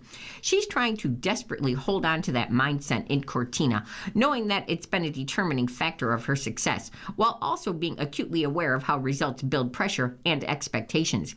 Positivity was actually the impetus for her unique sled choice. 8 or so years ago, her pod, that's her luge sled, got hit during shipment, causing 2 chunks of paint to chip off. So as a joke, she drew a curved line under them and made a smiley face. Now that annoyed her old coach, Bill Tavares, but it stuck. Even after she retired that sled, Britcher continued to draw smiley faces on whatever pod she was using for every race. For a while, she thought about getting a yellow sled to go all in on the smiley face motif, and it wasn't until this season that she really decided to do it. It's kind of a risky color move, so I was always kind of nervous, she said last month. And then I thought, you know what? I want to do it. I'm just trying to really enjoy myself and enjoy sliding this year. And I think it'll be fun, even if it turns out terrible. But it turned out to be really cool. Meditation and manifestation are a big part of this elite athlete's success. Britcher's sled offers a constant reminder to take a deep breath, take it easy, and then smile. And hopefully it'll also remind whoever laughed at Gertie Burper to tune in to the Luge Runs. On to golf. Goddard's birdie binge steals the Phoenix Open. Chris Goddard birdied 5 of the 6 last holes and added 1 more birdie for good measure in a sudden death playoff to win the WM Phoenix Open over Japan's Hideki Matsuyama. To come out on top and do it the way I did in the playoff was awesome, he said. Goddard closed in 7 under 64, making 9 birdies on Sunday at the TPC Scottsdale Stadium course to win for the 2nd time on the PGA Tour in the first 4 tournaments of the season. Less than a month ago, he won the season-opening Sony Open in Hawaii. Goddard, who's 26 years old, opened with a 63, but entered the final round 4 strokes behind Matsuyama as his putter went cold. But he practiced his stroke after he finished the 3rd round, and his touch on the greens returned. I didn't change anything. I was just maybe more intentional with what I was doing. Nothing different other than just making sure I was confident in what I was doing, he said, adding, I didn't think this would happen, especially after Friday and Saturday, but here we are. It happened because Matsuyama found a 2-way miss with his driver in the final round, failing to hit a fairway on the front 9. Asked earlier in the week why he loved the TPC Scottsdale course, he said, I like this course because even if I miss a fairway, I can still find my ball, unless it's in the cactuses or the water. Matsuyama nearly pulled off an improbable win thanks to his putter, which is both shield and sword. Matsuyama, who previously won the WM in playoffs in 2016 and 2017, made birdies on both the par 5s on Sunday, numbers 13 and 15 on the back 9, and he needed them. Michael Thorbjornsen, seeking his first PGA Turtle, birdied 13 and eagled 15 to temporarily take the lead at 17 under. But after playing his last 21 holes without dropping a shot, he proceeded to bogey numbers 16 and 17. The latter after he drove left into the water. Thorbjornsen signed for 467 and finished tied for 3rd among others, Scotty Scheffler. I don't think I failed out there. I'm just learning, Thorbjornsen said. We're inching our way closer and closer. It'll happen at some point. It nearly happened again for the world number 1 Scheffler, who was tied for 89th after an opening round 2 over 73, but rallied in impressive fashion.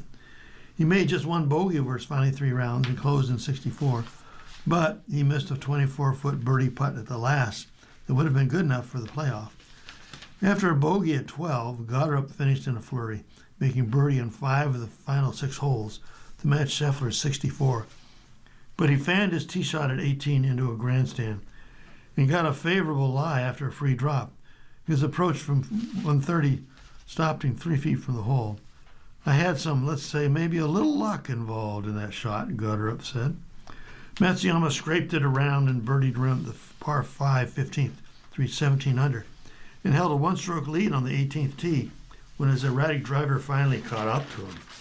He pulled his tee shot into one of the church pew bunkers. His second shot, a gap wedge from 123 yards, failed to clear the lip, and his ball ended up 43 yards short of the green. It wasn't even close, CBS's Trevor Immelman said. Totally sculled it. Matsuyama missed a 24-foot par putt for the win, his lone bogey of the day, and his first drop shot of the back 9 for the entire week. He and Goddard tied with a 72-hole total of 16 under 268 and returned to the 18th tee for sudden death, and it was over quickly. After Goddard blasted his tee shot into the fairway, Matsuyama stopped his swing when he was disturbed by an unruly fan. He tried to reset, but snap hooked his tee shot into the water. Actually, it bounced off backwards into the water, off of something. It's a disappointing shock, Matsuyama said through an interpreter of letting the tile slip through his grasp. Learn from it and just get back up on the horse next week. After a drop and a penalty stroke, he responded by hitting a beauty to give himself a chance to salvage par, but Goddard made it a moot point. That's because he flipped a lob wedge from 90 yards to 27 feet and poured in the right-to-left putt to seal the deal on his 4th career PGA title. Can't feel a thing, Goddard said, describing what he felt before the clincher. I'm just trying to make sure I didn't bomb it by the hole, get it down there and put some pressure on Hideki. And for it to find the hole like that is really awesome. Bo Sox and Brewers complete 6-player deal on Camp Eve. One day before MLB teams start reporting to spring training, the Boston Red Sox and the Milwaukee Brewers have completed a 6-player trade with third baseman Caleb Durbin, headlining the return for Boston. The Red Sox, they acquired Durbin, the Brewers' starting third baseman last season, along with utility man Andrew Montessario and catcher/third baseman Anthony Siegler from Milwaukee in exchange for pitchers Kyle Harrison and Shane Drohan, plus infielder David Hamilton. The Red Sox also received a 2026 competitive balance draft pick in the deal.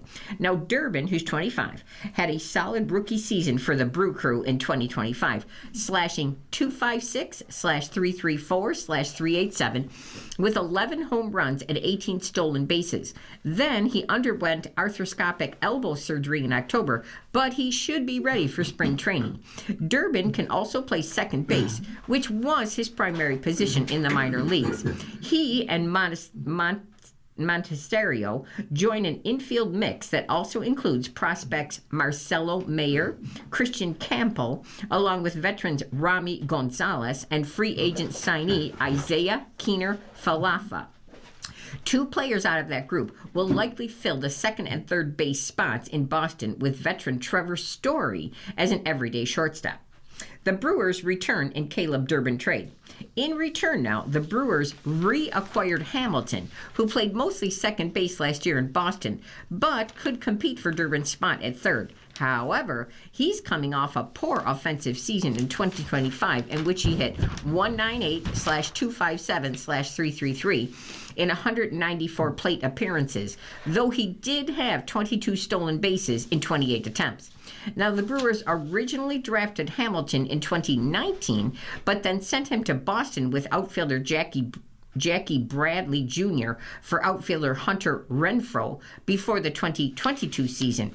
Now, the left-handed Harrison, who's 24, came to Boston last season as part of the Rafael Devers deal with San Francisco. He appeared in just 3 games with the Red Sox, posting a 3.0 ERA in 12 innings.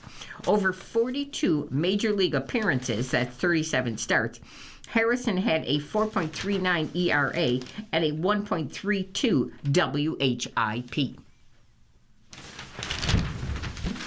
Well, you're listening to a reading of today's USA Today on the Niagara Frontier Radio Reading Service. The time is 1:26. And we're going on to a story about the Olympic opening ceremonies, written by columnist Kelly Lawler. We're definitely in Milan. I mean, we've got fashion, sports car, risotto, and of course, some Olympians. The 2026 Winter Olympics have officially begun with the February 6th opening ceremony, straight from the heart of Italy. The extravagant ceremony, a traditional performance show put on by the host country of every Olympic Games, took place at Milan's San Siro Stadium this year and featured a bevy of celebrity performers and cameos, including Mariah Carey, Charlize Theron, and Andrea Bocelli. It also featured the requisite parade of nations and athletes proudly bearing flags and coordinated uniforms for their countries.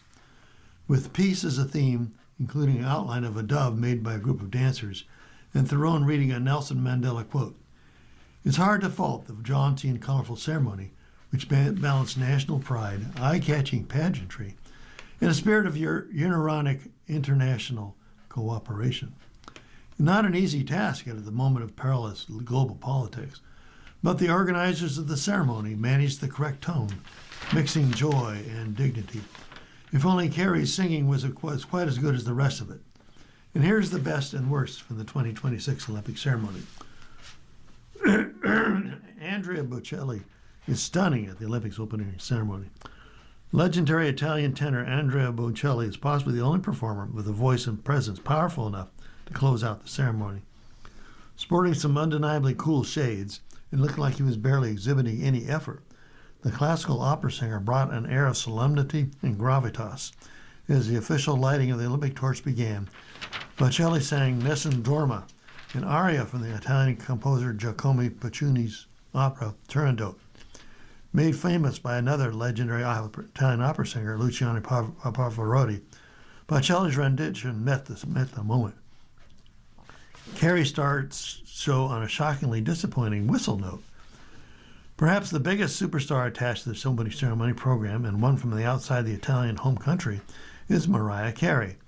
Clad in a silver gown and a giant boa, with the stage all to herself, and the All I Want for Christmas Is You singer was low-key as she sang in Italian after the initial dance portion of the ceremony was over. For fans used to her strong belt and confident performance style, it might have been a shock.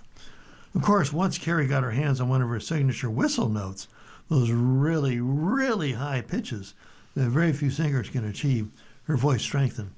If not her performance demeanor, which remained staid and almost nervous and uncomfortable throughout. Here have we perhaps discovered a stage that even someone as famous and practiced as Carrie might have a few jitters about? Or was she simply a bit less comfortable performing in Italian? Compared with the decisive, bold performance of Italian singer Laura Pausini, who rocked the country's national anthem along a stirring choir in Cortina, Carrie fell decidedly flat. The White Lotus star Sabrina Impacciatore gets her moment. After a parade of athletes interrupted the entertainment portion of the evening for an hour or so, things kicked back into high gear with a lot of high kicks. The next section of the program was anchored by Italian actress Sabrina Impacciatore, whom American audiences may know from the second season of HBO's The White Lotus and Peacock's recent comedy The Paper. But those viewers may not know Impacciatore is also an accomplished dancer who energetically led the opening ceremony audience through a brief history of the Winter Olympics as the Chatelier Games are celebrating their 100th year. First with a campy animation going back in time, and then a somehow even campier song and dance routine going forward, Impacciatore and the talented dancers brought the eras to life with kicky dance routines and hilariously exaggerated period costumes. 1980s polyester ski pants were on point. It was a welcome shot of adrenaline in the event's third hour that couldn't help but bring a smile to your face. And how did NBC commentators Mary Carrillo and Terry Gannon do? Well, much of the ceremony often is wordlessly communicated to a global audience without the barrier of language. America's Olympics broadcaster, NBC, always provides a talking head or two to comment. This year, Terry Gannon is joined by professional tennis player Mary Carrillo for the duty. Gannon and Carrillo were light on their remarks, often skipping info that would be helpful, like who some of the famous Italian cameos are, or for rather obvious observations, one hilariously pointed out that red, yellow, and blue can make all the colors during the segment with giant paint tubes celebrating the history of Milan. Joined by Olympian Shaun White for the Parade of Nations, the pair perked up for a minute in energy and had the usual fun facts for each of the countries who bring athletes to the games. And now we're going to have a music review about the Super Bowl. Bad Bunny spreads message on the world stage. Bad Bunny guaranteed one thing about his Super Bowl performance: the rhythm is going to get you. The global music titan delivered his promise during his 13-minute halftime spectacle on Sunday, February 8th at the Levi's Stadium, commanding the stage with swagger and unapologetic authenticity. Yet Bad Bunny also pulled a few other tricks out of his metaphorical hat for the Apple Music Super Bowl halftime. He welcomed Lady Gaga for a salsified version of Die With a Smile. And the party continued with Yo Perreo Solo and a ribald verse from Sarfera. Standing atop a pink house, La Casita, from his previous concerts in his cream suit, Bad Bunny danced across the roof before he crashed down through the ceiling, then kicked the door open and joined his dancers for a nod to his mentor, Daddy Yankee, with Gasolina. Bad Bunny's invigorating performance, which, as expected, was performed entirely in Spanish, was filled with cultural references, numerous moving parts, and even one of his very new Grammys that he handed to a little boy. Bad Bunny wanted the viewers to only worry about dancing. Now, before his vigorous performance, this Puerto Rican superstar born Benito Antonio Martinez Ocasio had a message for critics quick to dismiss his music, performed primarily in his native language. People only have to worry about the dancing. They don't even have to learn Spanish, he said at a Super Bowl 60 news conference. Better they learn to dance. There's no better dance than the one that comes from the heart. The selection of Bad Bunny, who's 31, as the halftime headliner, an enviable platform for a career boost, ignited a firestorm of controversy as he became a symbol of the nation's culture wars. Everything from his music, which has landed him more than 3 Grammy Awards last week, including a history-making of the year for his win for Debut Tirar Mas Fotos to have his fashion been dissected since his appointment. Much of the criticism lobbed at Bad Bunny, it stemmed from President Donald Trump and his followers, who took exception to the king of Latin trap singing almost exclusively in Spanish. Bad Bunny, a fierce protector of his Puerto Rican heritage, has been a vocal critic of Trump, starting with the administration's delayed relief efforts after Hurricane Maria in 2017, which devastated parts of U.S. territory. He also took exception at a comedian at a Trump election rally, referring to his homeland as a floating island of garbage in 2024, leading the musician to then endorse Kamala Harris. So who is Bad Bunny? But Bad Bunny, his nickname born from a childhood photo of him that was in a bunny costume, he achieved stardom by retaining his artistry and spotlighting his roots. It has netted him 113 songs on the Billboard Hot 100, as well as accolades including Spotify's Global Top Artist for 4 years this decade, 6 Grammys, and 17 Latin Grammys.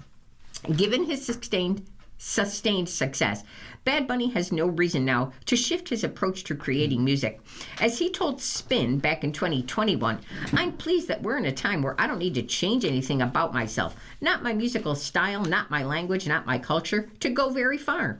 That doesn't mean I'll never sing in English. I already have sang in Japanese, so maybe one day I will sing in English. It feels great to do things my way." Actors takes a classic to new heights.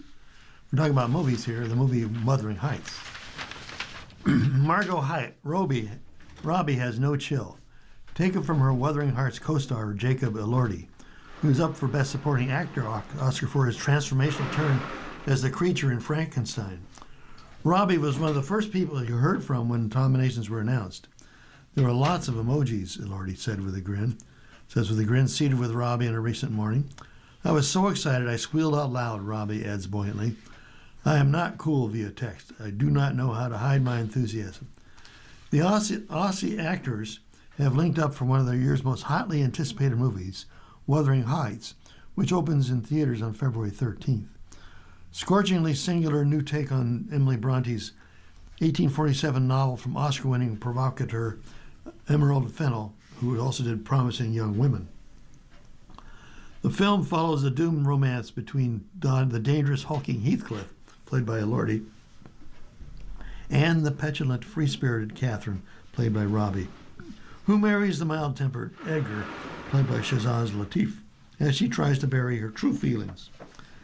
The drama's titillating marketing promises a much spicier version of Bronte's classic than we've seen in the past, as the forbidden pair unleash their carnal desires everywhere, from a horse-drawn carriage to the English moors to a verdant garden during a downpour.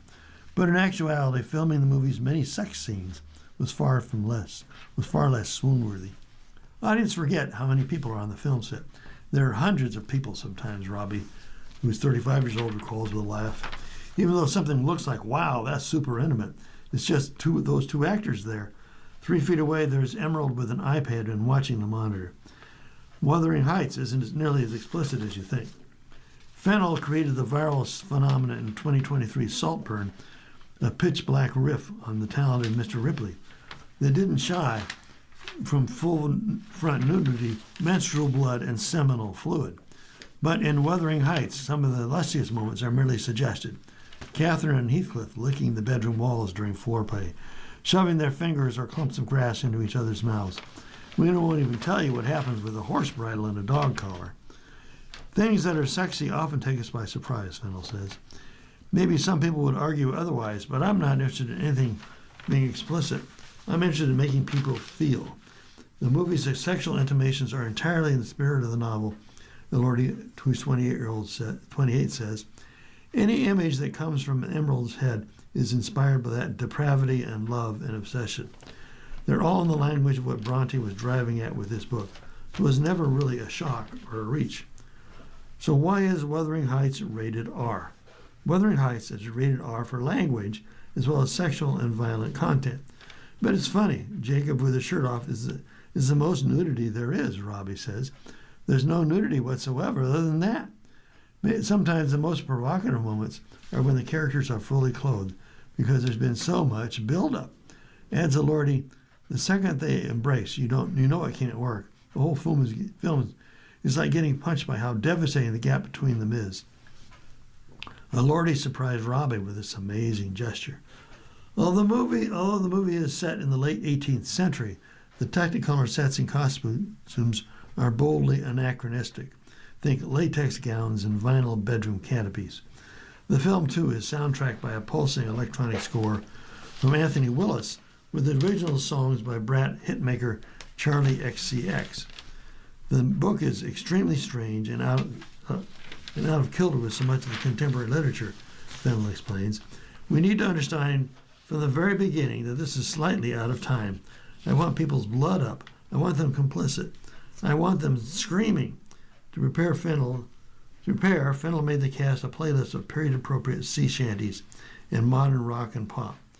Lateef said he listened to sad country songs by Zach Bryan to get into character, while Alison Oliver, who plays the lovelorn Isabella, says she had classical music and Fiona Apple on loop.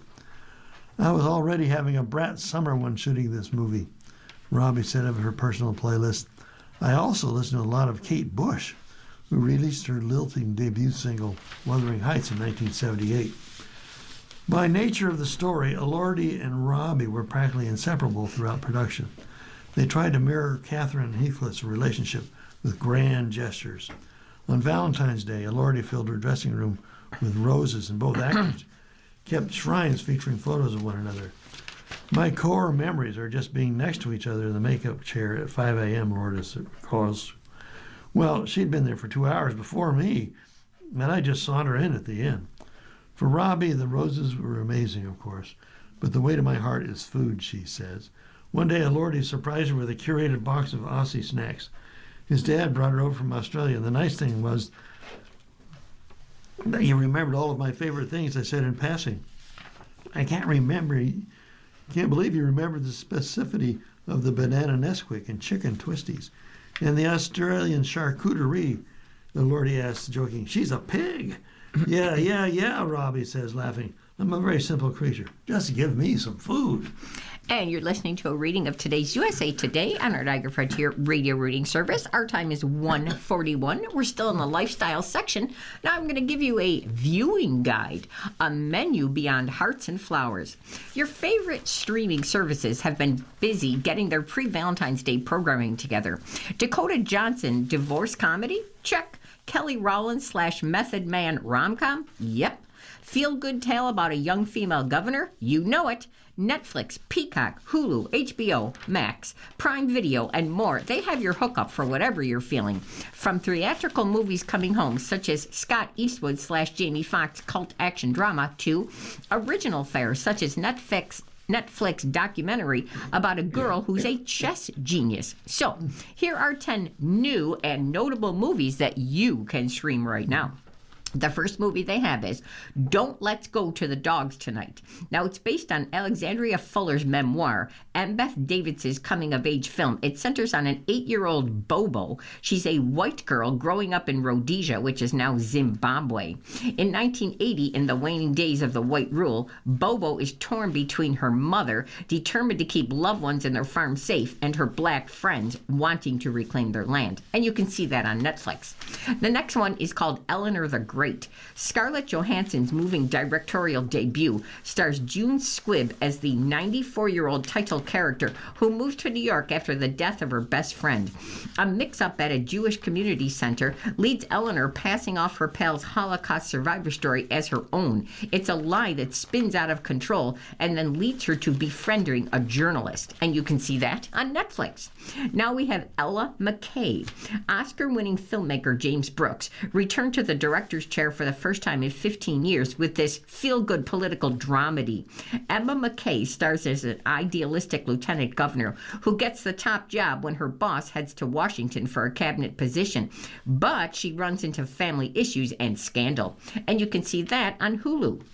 The next movie is If I Had Legs, I'd Kick You.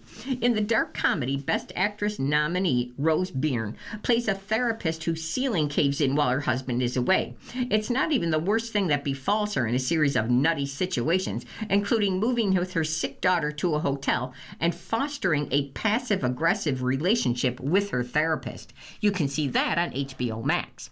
The next movie is Mother of Flies. The Addams filmmaking family, the folks behind the rad Hellbender, returns with freakier folk horror. When medicine can't treat her cancer, a dying youngster reaches out to the forest witch who uses dark magic to cheat death. But there's a cost involved in this artfully crafted movie. And now you can see that on Shudder. The next movie is The Queen of Chess. Have you been missing The Queen's Gambit? This new Netflix documentary, it centers on Judith Polgar. Now, she's the Hungarian schoolgirl and chess player. The movie examines her success in the male-dominated world and chronicles her matches against Grandmaster Garry Kasparov beginning in '94. You can see that on Netflix. Now we have Relationship Goals. There's a religious tinge with this romantic comedy starring Kelly Rowland as a morning show producer eyeing a key promotion. The company brings in her cheating ex as competition to be a showrunner, and then they have to team up for a piece about a pastor's Bible-themed self-help relationship tome. You can see that on Prime Video. Now we have Splitsville. This wild divorce comedy isn't your average Valentine's movie, but that's good. A gonzo situation inspires Ashley to divorce Carrie. Carrie turns to her married friends Julie and Paul and learns about their open marriage, and a complicated love trapezoid ensues. Now you can see that on Hulu. The next movie they have is Tin Soldier. This action drama, it features a surprisingly stacked cast. It's led by Jamie Foxx as a charismatic cult leader. When he launches a Waco-like standoff with authorities, a former soldier is sent in to take him down, in the movie also starring Robert De Niro, John Leguizamo, and Rita Ora. Now you can see that movie on Hulu. Now, the last movie they're going to talk about is The Wrecking Crew.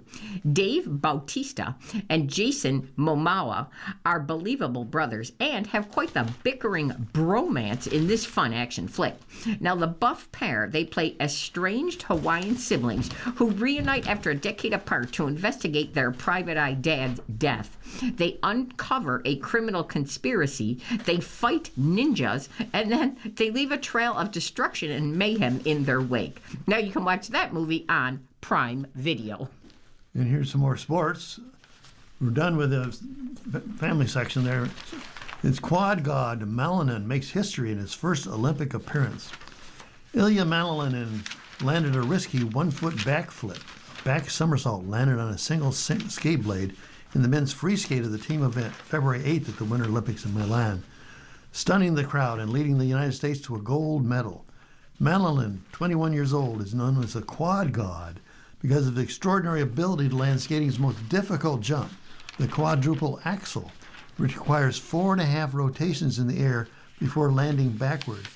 As he faces the top figure skaters in the world again on today, in the men's figure skating singles division, he brings an arsenal of quad jumps, which he frequently executes in linked combinations. The quad axel, quad lutz, quad flip, quad salchow, and the quad toe loop. So meet the U.S. men's figure skating Olympic team. Malinin, the reigning 2-time figure skating world champion, is joined by veteran skaters Andrew Torgashev and Maxim Naumov. Torgashev, 24, is a 2025 and 2026 U.S. national silver medalist and multiple Grand Prix medalist. Naumov, 24, is a 2026 U.S. national bronze medalist and 3-time U.S. national pewter medalist. The figure skating venue in Milan. The Milano Ice Skating Arena, a key venue close to Milan's city center, will host the figure skating, ice hockey, and short track skating events. San Siro Stadium will host the 2026 opening Olympic ceremony. Landing the quad axel. In figure skating, there are 6 different forms of jump: the toe loop, the flip, the lutz, the salchow, the loop, and the axel. The difference between the jumps are in the takeoff and landing methods. Quad jumps are the most difficult of all the jumps, requiring tremendous power, accuracy, and stability to withstand extreme landing forces, which can be up to 8 times a skater's body weight. At the quad jump, the skater enters the jump in a forward takeoff position, pushing off on the outer edge of one skate. At the jump's peak, 4.1 rotations are completed. Upon landing, 4.5 rotations have been completed. The height of the jump is about 30 inches. Skaters have about 0.65 to 0.70 seconds of hang time to complete 4 rotations. Researchers at Brigham University found that skaters land with a force 5 to 8 times their body weight on big jumps. That means Malinin, who weighs 140 pounds, could encounter more than half a ton of impact force when he lands. And how shorter ice skaters have the advantage. Shorter and lighter skaters fare better when doing quadruple jumps than their taller counterparts. The smaller body allows the athlete to have better body control, spin faster, and propel himself higher. Ilya Malinin, who's 5'9" and weighs 140 pounds, and the average male skater has 6 foot tall and weighs 180 pounds. And increased body weight makes it harder to execute quadruple jumps. The smaller center of gravity makes it easier to remain on axis and less likely to falter. And longer arms and legs must be pulled in tighter. How fast did they go? Male skaters are traveling an average of 20 miles an hour as they enter the quad jumps. To complete a quad axel, skaters must have a rotation speed of about 350 rotations per minute. Malinin has a rotation speed of 350 to 375 rotations per minute. I was watching him the other day. He looks like a blur when he's spinning. You can't count the number of times he's going around. Skating on the edge. Ice skates are used by amateur and professional skaters have one common function. The blade skims over the ice, melting a thin layer that allows the skater to glide smoothly across the ice. Boots can be custom fit, which allows for sturdy control. With speeds reaching near 20 miles an hour, greater control is a necessity. There's a high boot, and the toe pick on the front of the skate has a saw-like ridges that allow the skater to dig into the ice, to push off for jumps and spins and other movements. Gliding on the ice. The bottom edge of the ice skates aren't flat. They have a slight concave shape known as a hollow that runs along the bottom edge length of the skate. The shallower the hollow, the faster the glide speed. The deeper the hollow, the more grip or bite the skate will have on the ice. Hollow measurements refer to the radius of the circle. They vary from 3/4 of an inch for a faster glide to 3/8 of an inch with a better grip. Well, here's another story on ice skates, Olympic speed skating. Jake Paul's fiancée sets Olympic speed skating record. Jutta Leerdam is more than Jake Paul's fiancée. Now she's an Olympic gold medal winner. She's from the Netherlands. And here's a picture of her reacting after she won the gold in women's 1,000 meters. She's a 27-year-old speed skater from the Netherlands. She won the 1,000 meters at the Olympics on Monday, February 9th, with a time of 1:12:31, setting an Olympic record in the process. It came just moments after her teammate Femke Kok that set her own Olympic record time with a 1:12:59 to give the Dutch a sweep at the top of the podium. Miho Tagaki of Japan took bronze with a time of 1:13:95. American Brittany Bowe just missed out on a medal. Skating against Kok, Bowe stood in the silver medal position until Leerdam and Tagaki took the ice. Leerdam, who won silver in this distance in 2022 Olympics in Beijing, blistered around the speed skating oval on the final pairing. The only question was whether she could take a clock up better time than Kok to take the gold from her teammate. Leerdam kept her speed around the final turn to edge her compatriot by the slimmest of margins, only 0.28 seconds. Leerdam has captured 6 Olympic champions and 7 world championships during his speed skating career. During the 2025-26 season, she won 2 out of the first 3 World Cup events and 3 out of the first 5. And Paul gets in motion and watches her win. Paul was in the Milan speed skating stadium to watch his fiancée race and became emotional when she broke the Olympic record and secured the gold medal record. USA Network cut to Paul crying in the stands 8 seconds after Leerdam crossed the finish line. And now I'll finish up with today's Lifeline for you. First up, I have Making Waves. This is by Halle Berry and Van Hunt. Halle Berry is ready to tie the knot. This Oscar-winning actress, who's 59, revealed on a February 5th appearance on The Tonight Show that she and her longtime partner and singer, Van Hunt, who's 55, they are now engaged. Berry told host Jimmy Fallon that fans were mischaracterizing her 5-year relationship. There's some confusion that he asked to marry me, and I said no, Berry said, but that's not the case. I did not say no. We just don't have a date. Of course I said yes, I would marry him. Berry went on to hold out her hand to dazzle Fallon. He did put a ring on it, she said. Now, whose birthday? Who's celebrating today? Operatic soprano Leontine Price. She turns 99. Director-producer Kenny Leon is 70. TV host George Stephanopoulos, he's 65. Political commentator Glenn Beck, 62. Actor Laura Dern, 59. Actor Elizabeth Banks, 52. Singer-actor Don Omar, 48. Actor Uzo Aduba, 45. Actor Trevante Rhodes, 36. Actor Emma Roberts, 35. Actor Chloe Grace Moretz, 29. Actor model Yara Shahidi, 26. And let's go to your horoscopes. We have Aries, living your romanticy. Love is better in theory than in practice as Venus enters Pisces. Taurus, keeping the peace between friends. You've called in to mediate as Venus enters Pisces, but your peers lack your patience. Gemini, schmoozing your way to the top. Professional advancement awaits as Venus enters Pisces. Cancer, who is that? A stranger catches your eye as Venus enters Pisces. Are you drawn to mystery or are you projecting? Leo, reading their mind, you and a partner's connection intensifies as Venus enters Pisces. Virgo, could this be the one? As Venus enters Pisces, a partnership can have longevity if you manage your romantic expectations. Libra, work isn't top of mind as Venus enters Pisces. You'd rather socialize than grind. Play up your people skills.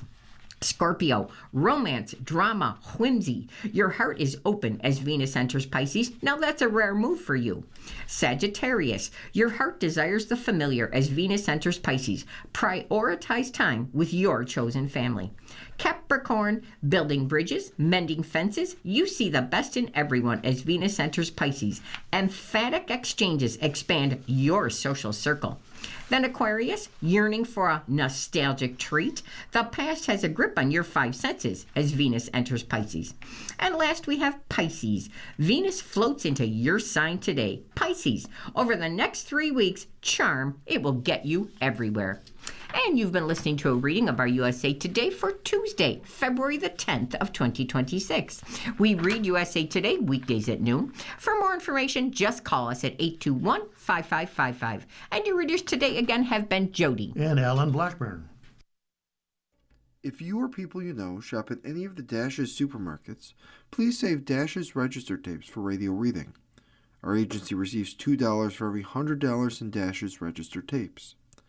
Radio Reading has raised thousands of dollars so far.